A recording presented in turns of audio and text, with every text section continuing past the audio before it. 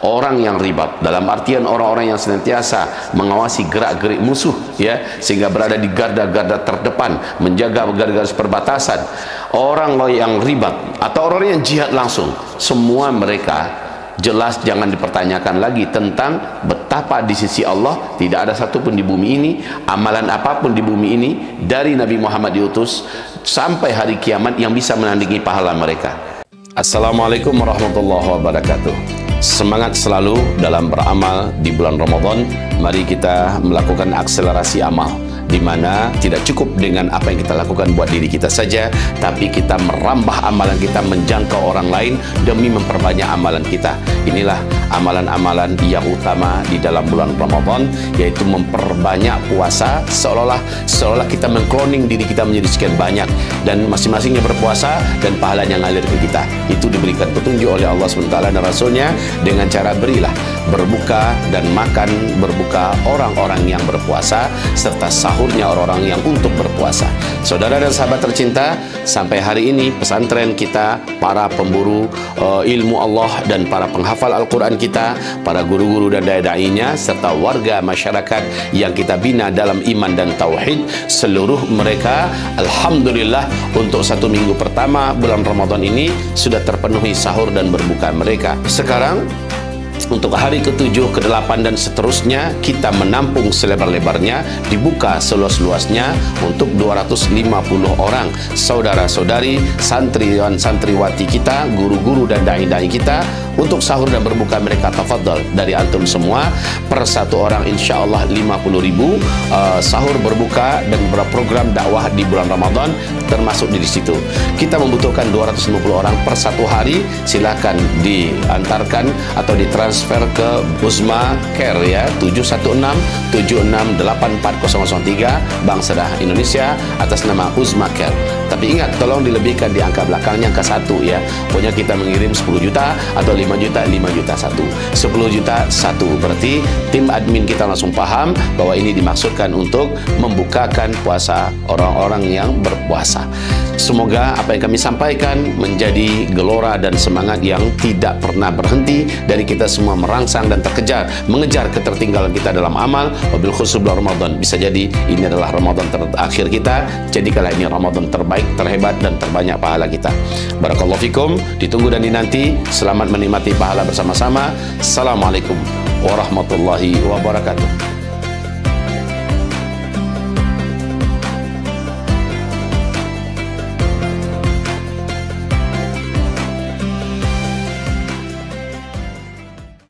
Bismillahirrahmanirrahim. Assalamualaikum warahmatullahi wabarakatuh.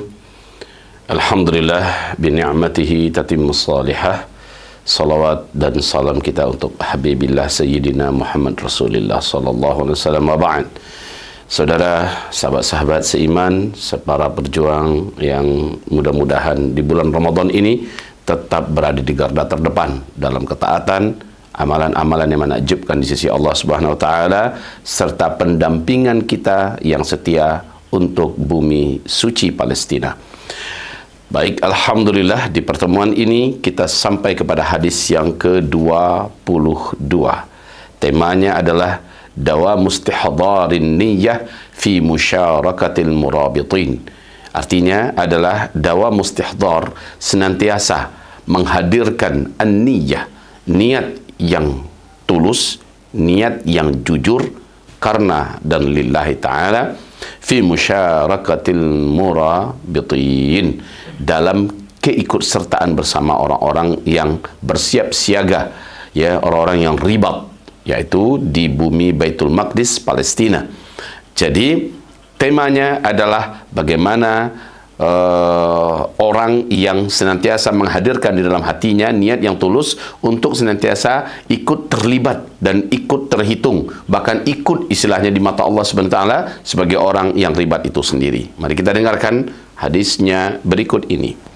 An Anas bin Malik radhiyallahu anhu, dari Anas bin Malik, semoga Allah ridha kepadanya, anna Rasulullah sallallahu alaihi wasallam, bahwa sesungguhnya Rasulullah SAW raja'a min ghazwati Tabuk, kembali dari perang Tabuk. Jadi setelah Nabi pulang dari perang Tabuk, Apa kata Rasulullah sallallahu alaihi wasallam? Fadana minal Madinah faqal.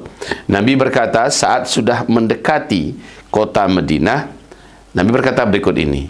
Inna, sesungguhnya bil Madinati, di Madinah, aqwaman, ada beberapa kaum, ada beberapa sosok, ada beberapa orang, masirtum masiran, tidaklah kalian semua melakukan perjalanan dalam perjalanan jihad ini, wala qata'tum wadiyan, dan juga tidaklah kalian melewati, menerobos suatu lembah, illa kanu ma'akum, melainkan mereka dihitung oleh Allah bareng dengan kalian, mereka dihitung oleh Allah bersama dengan kalian, baik dalam bentuk keberadaan, baik dalam bentuk amalan dan pahala, semua yang dilakukan oleh para mujahidin, semua yang dilakukan oleh para murabitin, orang-orang yang di Madinah, walaupun mereka tidak ikut, mereka seolah-olah ikut, mereka seolah-olah ada membersamai mereka dan mendapatkan semua yang didapatkan oleh para mujahidin, oleh para murabitin dalam perjalanan jihad fisabilillah mereka. Qalu, para sahabat bertanya, ya Rasulullah, wahai Rasulullah, wahum bil Madinah, kok bisa? Kan mereka cuma di Madinah, nggak kemana-mana. Mereka nggak ngiringin kita, mereka nggak merasakan pahitnya perasaan yang kita rasakan. Ya, mereka tidak lelah seperti kita, mereka juga tidak berdarah-darah seperti kita. Kok bisa ya Rasulullah?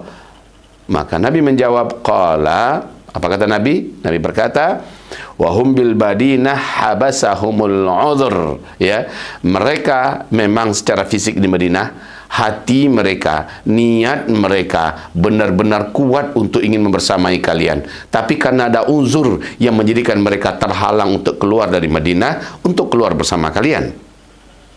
Jadi ibarat Allah yang kami muliakan, di dalam hadis yang lain riwayat oleh Imam Muslim, habasahumul marad, karena ada penyakit yang menimpa mereka. Jadi hamba-hamba Allah yang kami cintai, ketahuilah, orang yang ribat, yaitu orang-orang yang senantiasa siap siaga dalam posisi untuk memberikan perlawanan kepada musuh ketika ada musuh memberikan penyerangan mendadak tiba-tiba. Orang yang ribat dalam artian orang-orang yang senantiasa mengawasi gerak-gerik musuh, ya, sehingga berada di garda-garda terdepan, menjaga garis perbatasan. Orang yang ribat atau orang yang jihad langsung, semua mereka jelas jangan dipertanyakan lagi tentang betapa di sisi Allah tidak ada satupun di bumi ini, amalan apapun di bumi ini dari Nabi Muhammad diutus sampai hari kiamat yang bisa menandingi pahala mereka. Akan tetapi melalui hadis ini terbongkar sebuah rahasia besar. Ada orang-orang yang tidak bisa ikut bareng dengan mereka secara fisik, tidak bisa ikut bareng bersama mereka menyelami berbagai macam tantangan, beratnya perjalanan, keringat yang keluar, lelah yang dirasakan, harta yang keluar, dan tenaga yang tercurah, dan bahkan nyawa yang terancam, dan bahkan ada yang meninggal. Tetapi mereka dalam pahala sama dengan mereka ini. Kenapa begitu? Karena walaupun mereka tertahan oleh satu dua keadaan kayak kita di Indonesia, kita tertahan, kita tidak bisa gabung dengan para pejuang di Baitul Maqdis, ya, para pejuang yang ada di jalur Gaza, di tepi barat Palestina untuk Masjidil Aqsa. Tapi yang menghalangi kita bukan karena kita tidak mau, kita sangat mau. Secara fisik juga kita persiapkan fisik kita. Umpamanya kita selalu jaga vitalitas kita, kesehatan kita, kita rawat betul. Niat kita jaga betul agar bisa suatu hari kelak terbuka pintunya, saya pasti akan meluncur ke sana tanpa pikir dua kali. Jadi semua persiapan itu secara zahir sudah kita lakukan. Ternyata ada halangan. Apa halangannya? Mungkin negara kita belum mempersilahkan. Ya, pemerintah kita secara resmi mengatakan no, ya, tidak. Atau mungkin saja seperti kondisi sekarang, Israel sendiri yang di perbatasan menjaga tidak ada seorang pun boleh masuk. Ya, ini contoh. Atau mungkin saja para pejuang juga menyatakan keberatan mereka, tak usah ikut dulu dengan kami, seperti yang kami sudah diskusikan dengan para petinggi-petinggi perlawanan yang ada di sana, jangan ikut dengan kami, ya. Dalam artian fisik, kalian nggak usah ikut. Tetaplah di kampung halaman kalian, tetaplah di tanah air kalian, hiduplah secara baik dan normal dengan keluarga kalian, beribadahlah kalian totalitas, carilah rezeki, carilah nafkah yang halal. Sebagian dari rezeki kalian kirimkan kepada kami, biar biar kami pakai untuk menjadi amunisi, untuk menjadi energi, untuk menjadi bahan bakar buat menghalau penjajah, buat menghalau para pelaku genosida dan para pelaku-pelaku kebiadaban ini dari tanah air kita Palestina. Dan kami bebaskan dengannya, dengan harta kalian itu kami berjuang, kami bebaskan Masjidil Aqsa Palestina. Semua apa yang kami dapatkan dari ajar wa thawab dari Allah Subhanahu wa taala, kalian semua berhak mendapatkan sebanyak yang kami dapatkan. Maka mereka pun menyampaikan hadis Nabi, man jahaza ghazian faqad ghaza. Barang siapa yang membekali, yang memodali, yang membiayai, ya, yang mengirimkan hartanya, jihad malnya dipakai oleh para pejuang, maka orang yang hanya sekedar memodali dan membiayai itu, dia dihitung di sisi Allah Subhanahu wa taala sama dengan orang yang sedang berjuang. Jadi ada halangan-halangan yang menjadikan kita nggak nyampe di sana. Mungkin salah satu halangan lagi adalah sakit. Kita sakit, anggaplah udah terbuka pintunya. Negara sudah mempersilakan, siapa yang mau daftar silakan, siapa yang mau berangkat silakan. Oh, ternyata di sana juga para pejuang membuka pintu selebar-lebarnya, tafadhol masuk. Ternyata kita kena sakit. Sakit yang nggak bisa kita meninggalkan tempat tidur, ya. Sakit yang kalau ke sana kita paksakan, maka kita akan menyusahkan orang banyak. Atau bisa jadi kita mendadak cacat, menjadi lumpuh kaki kita, ya, buta mata kita dan sebagainya. Atau mungkin saja kita sudah dimakan umur sehingga sudah tidak mungkin lagi ada di kancah dan di garda terdepan menghadapi musuh-musuh yang harus gesit fisiknya, kuat badannya, sementara badan sudah rapuh, ya, sudah di atas 60, sudah di atas 70. Hati ada, niat ada, semangat jujur, maka orang-orang macam ini insya Allah ta'ala selama niat itu ada dan niat itu murni terjaga, toh ketika dia masih sehat dulu dia jaga niat itu, ketika dia masih berezeki ada rezeki dulu dia jaga, kesehatannya dia rawat, dia punya tekad sampai dia menjadi uzur tua jompo, ya, pada akhirnya dia terhalang. Nah, halangan-halangan seperti ini selama dalam dadanya bara jihad ini tetap menyala, kesiapan dan kesanggupan untuk berangkat ke jihad dalam artian niat, ya, dia ada, maka dia sama dengan orang yang dalam jihad itu sendiri. Oke, saudaraku, kalau begitu peluang terakhir yang bisa menunjukkan bukti kebenaran dia adalah dia kirimkan hartanya, berinfak fisabilillah untuk dipakai buat para pejuang yang sedang terus bergulat antara hidup dan mati, berdarah-darah, ya, dan mengorbankan segala-galanya, dan mereka pakai sumber energinya dari dana-dana yang kita kirimkan. Inilah yang maksud dengan infak fisabilillah untuk kepentingan jihad di jalan Allah Subhanahu wa ta'ala. Maka saudaraku, niat itu dengan pembuktian juga nampak jujur kita di mata Allah Subhanahu wa ta'ala.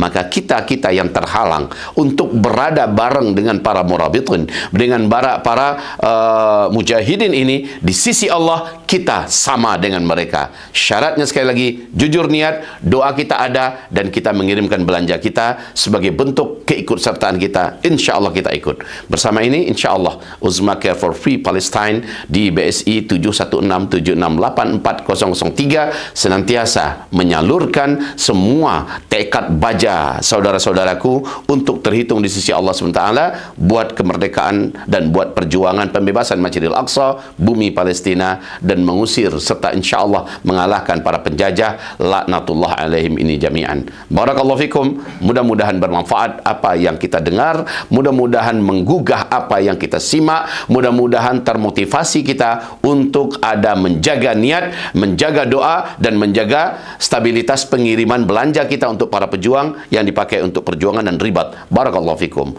Jazakumullah khairan katsira. Subhanakallahumma bihamdika asyhadu an la ilaha illa anta astaghfiruk wa atubu ilaik. Wassalamualaikum warahmatullahi wabarakatuh.